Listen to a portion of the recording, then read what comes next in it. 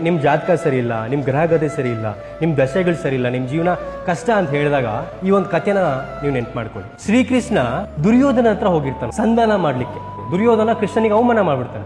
ಆಗಲ್ಲ ಅಂತ, ನನಗೆ ಅವಮಾನ ಮಾಡಿದಿರಾ, ಈಗ ಯುದ್ಧ ಆಗೇ ಆಗತ್ತೆ ಅಂತ ಹೇಳಿ ಕೃಷ್ಣ ಹೊರಟೋಗ್ತಾರೆ. ತಕ್ಷಣ ಧೃತರಾಷ್ಟ್ರ ಜ್ಯೋತಿಷಿಗಳನ್ನ ಕರೆದು ದುರ್ಯೋಧನ ಜಾತಕವನ್ನ ತೋರಿಸಿ ಯಾರು ಗೆಲ್ತಾರೆ ಯುದ್ಧದಲ್ಲಿ, ಇವ್ನ ಜಾತಕ ಹೇಗಿದೆ ಅಂತ ತೋರಿಸ್ತಾರೆ. ಸೊ ಅವರು ಎಲ್ಲವನ್ನು ಕೂಡ ನೋಡಿ ದುರ್ಯೋಧನನ ಜಾತಕದಲ್ಲಿ ಎಲ್ಲಾ ಗ್ರಹಗಳು ಕೂಡ ಉಚ್ಚ ಸ್ಥಾನದಲ್ಲಿದೆ, ನಕ್ಷತ್ರಗಳು ಪರ್ಫೆಕ್ಟ್ ಆಗಿದೆ, ಒಳ್ಳೆ ದಶೆ ನಡೀತಿದೆ, ಈ ಯುದ್ಧದಲ್ಲಿ ದುರ್ಯೋಧನನ ಗೆಲ್ತಾನೆ ಅಂತ ಹೇಳಿ ಹೋಗ್ತಾರೆ. ಸೊ ಯುದ್ಧ ಶುರುವಾಗುತ್ತೆ.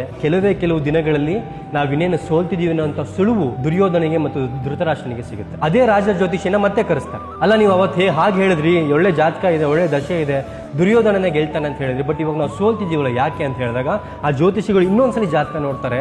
ಜಾತಕ ನೋಡಿ ಹೇಳ್ತಾರೆ, ಅವ್ರ ಕಡೆ ಯಾರೋ ಒಬ್ರು ಇದ್ದಾರೆ, ಅವರು ಗ್ರಹಗಳ ದಿಕ್ಕನ್ನೇ ಬದಲಾಯಿಸಿದ್ದಾರೆ, ನಕ್ಷತ್ರಗಳ ಪ್ಲೇಸ್ಮೆಂಟ್ ಅನ್ನ ಬದಲಾಯಿಸಿದ್ದಾರೆ, ಅವ್ರ ಕಡೆ ಯಾರೋ ಇದ್ದಾರೆ ಅಂತ. ತಕ್ಷಣ ಅಲ್ಲೇ ಇದ್ದಂತ ವಿದುರ ಹೇಳ್ತಾರಂತೆ, ಅವ್ರ ಕಡೆ ಕೃಷ್ಣ ಇದ್ದಾನೆ. ಸೊ ಕೃಷ್ಣ ಗ್ರಹಗಳ ದಿಕ್ಕನ್ನೇ, ನಕ್ಷತ್ರಗಳ ಒಂದು ಪ್ಲೇಸ್ಮೆಂಟನ್ನೇ ಬದಲಾಯಿಸ್ಬಿಟ್ಟು ಅವರು ಗೆಲ್ಲೋ ರೀತಿ ಮಾಡಿದೆ. ಯಾಕೆ? ಅವರು ಧರ್ಮದ ಪರವಾಗಿದ್ರು, ಒಳ್ಳೆಯದರ ಪರವಾಗಿದ್ರು. ಇನ್ ಕೇಸ್ ನಿಮ್ಮ ಜಾತಕದಲ್ಲಿ ಒಳ್ಳೆ ದಶೆಗಳಿಲ್ಲ, ಒಳ್ಳೆ ನಕ್ಷತ್ರಗಳು ಬಂದಿಲ್ಲ ಅಂದ್ರೂ ಕೂಡ ನಿಮ್ಮ ಧರ್ಮ ಪರವಾಗಿದ್ರೆ ಅದನ್ನು ಕೂಡ ದೇವರು ಬದಲಾಯಿಸಿ ನಿಮ್ಮ ಜೀವನವನ್ನ ಸುಂದರವಾಗಿ ಮಾಡೇ ಮಾಡ್ತಾನೆ ಅನ್ನೋದು ಮಹಾಭಾರತದಲ್ಲೇ ಶ್ರೀಕೃಷ್ಣ ತೋರಿಸ್ಕೊಟ್ಟಿದ್ದಾನೆ.